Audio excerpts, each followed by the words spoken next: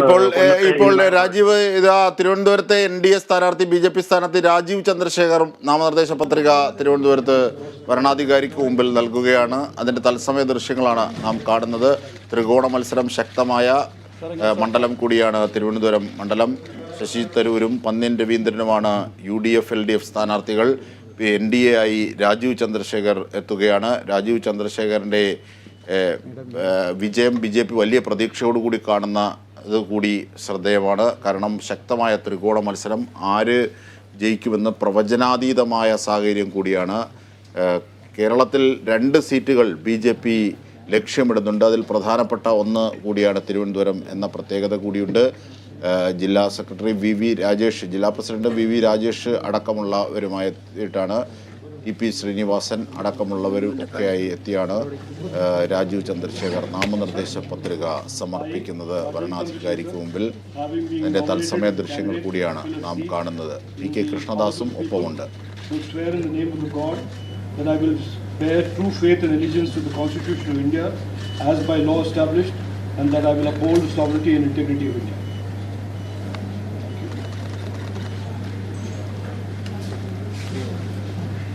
മായി വിഷ്ണു കരുണാകരൻ കൂടി ഈ ഘട്ടത്തിൽ ചേരുകയാണ്. വിഷ്ണു, BJP വലിയ പ്രതീക്ഷയോടുകൂടി കാണുന്ന മണ്ഡലമാണ് തിരുവനന്തപുരം. PK കൃഷ്ണദാസും VV രാജേഷും TP ശ്രീനിവാസനും അടക്കമുള്ള പ്രമുഖരുമായെത്തിയാണ് രാജീവ് ചന്ദ്രശേഖർ ഇപ്പോൾ നാമനിർദ്ദേശ പത്രിക സമർപ്പിക്കുന്നത്. തെക്കൻ കേരളത്തിലെ വിവരങ്ങൾ കൂടി നൽകിയാൽ. തീർച്ചയായിട്ടും ഇത്തരത്തിലുള്ള ഒരു വലിയ സാധ്യത തന്നെയാണ്, വിജയ സാധ്യത തന്നെയാണ് BJP തിരുവനന്തപുരം മണ്ഡലത്തിൽ പ്രതീക്ഷിക്കുന്നത്. സാധാരണ ഗതിയിൽ തൃശ്ശൂരുള്ളത് പോലെ തന്നെ നേരത്തെ അതിനേക്കാൾ ഉപരി ഇപ്പോൾ തിരുവനന്തപുരം മണ്ഡലത്തിൽ വിജയ പ്രതീക്ഷ രാജീവ് ചന്ദ്രശേഖറിന് നേടാനാകും എന്നുള്ള ഒരു പ്രതീക്ഷ BJPക്കുണ്ട്. NDA സ്ഥാനാർത്ഥിയായി അദ്ദേഹം എത്തുമ്പോൾ അത്തരത്തിലുള്ള വലിയ സ്വീകരണമാണ് ഇവിടെ കളക്ടറേറ്റിലേക്ക് എത്തിയപ്പോൾ നൽകിയിരുന്നത്. അത്തരത്തിലുള്ള ശക്തമായ ആ സ്വീകരണം നൽകുന്നതോടൊപ്പം തന്നെ അണികൾക്കെല്ലാം വലിയ ഒരു സാധ്യത കാണുന്നുണ്ട് എന്നുള്ള രീതിയിൽ തന്നെയാണ് പ്രതികരണമെല്ലാം. നേരത്തെ തന്നെ NDA സ്ഥാനാർത്ഥിക്ക് വിജയ സാധ്യത ഉണ്ടെന്നുള്ള ഒരു സാഹചര്യം ഇവിടെ ഒരുങ്ങുന്നുണ്ട്. പ്രധാനമായും UDFും കഴിഞ്ഞ ദിവസമെല്ലാം അത്തരത്തിൽ പറഞ്ഞിരുന്നു. UDFും BJPയും തമ്മിലാണ് ശക്തമായ ഒരു പോരാട്ടം തലസ്ഥാനത്ത് നടക്കുന്നതെന്ന്. അതായത് LDFിനേക്കാൾ മറ്റ് മുൻതൂക്കം കൂടുതൽ ഇപ്പോൾ BJPക്ക് തന്നെയാണ് എന്നുള്ള ഒരു സംസാരമാണ് പൊതുവേ ഉള്ളത്. എന്നാൽ അതേ ഘട്ടത്തിലും UDFിന് മുൻതൂക്കമുണ്ട് എന്ന് തന്നെയാണ് വ്യക്തമാകുന്നത്. പക്ഷേ ഇന്നത്തെ ഈ നാമനിർദ്ദേശ പത്രിക സമർപ്പിച്ചിട്ടുണ്ട്.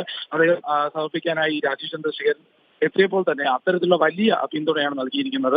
അതോടൊപ്പം തന്നെ പ്രമുഖ നേതാക്കളായ O രാജഗോപാൽ അടക്കമുള്ളവരും ഇവിടെ എത്തിയിട്ടുണ്ട്. ഏതായാലും ഇപ്പോൾ നാമനിർദ്ദേശ പത്രിക സമർപ്പിച്ചിട്ടുണ്ട്. ഇനി ഉടൻ തന്നെ അദ്ദേഹം പ്രതികരിക്കാനുള്ള സാധ്യതയും കാണുന്നുണ്ട്. തീർച്ചയായും.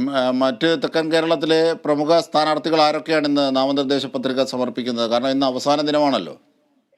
കൊല്ലത്തെ വിവരങ്ങൾ രാജീവ് നൽകി.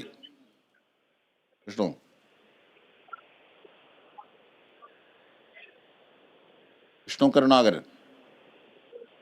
തീർച്ചയായിട്ടും ഇന്നാണ് അവസാനത്തെ ദിവസം. ഈ പത്രിക സമർപ്പിക്കുന്നതിന്റെ അവസാന ദിവസം. ഇന്ന് വൈകിട്ട് 3 തന്നെ പത്രിക സമർപ്പിക്കേണ്ട അവസാന സമയമാകുന്നതാണ്.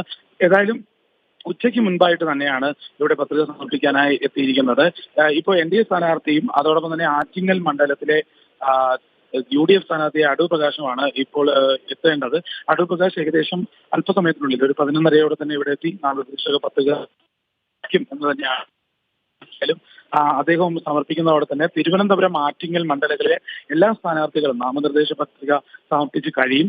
ഇനി പ്രചരണത്തിലേക്കാണ് കാര്യങ്ങൾ കടക്കുന്നത്. അതോടൊപ്പം തന്നെ ഈ പത്രിക സൂക്ഷ്മ നിരീക്ഷണത്തിനായി അയക്കുന്ന ഒരു ഘട്ടവും ഉടനെ ഉണ്ടാകും. ശരി, വിഷ്ണു കരുണാകരനാണ് തിരുവനന്തപുരത്തു നിന്നുള്ള വിവരങ്ങൾ നൽകിയത്. നാമനിർദ്ദേശ പത്രിക സമർപ്പിക്കുന്നതിൻ്റെ അവസാന ദിനമാണ്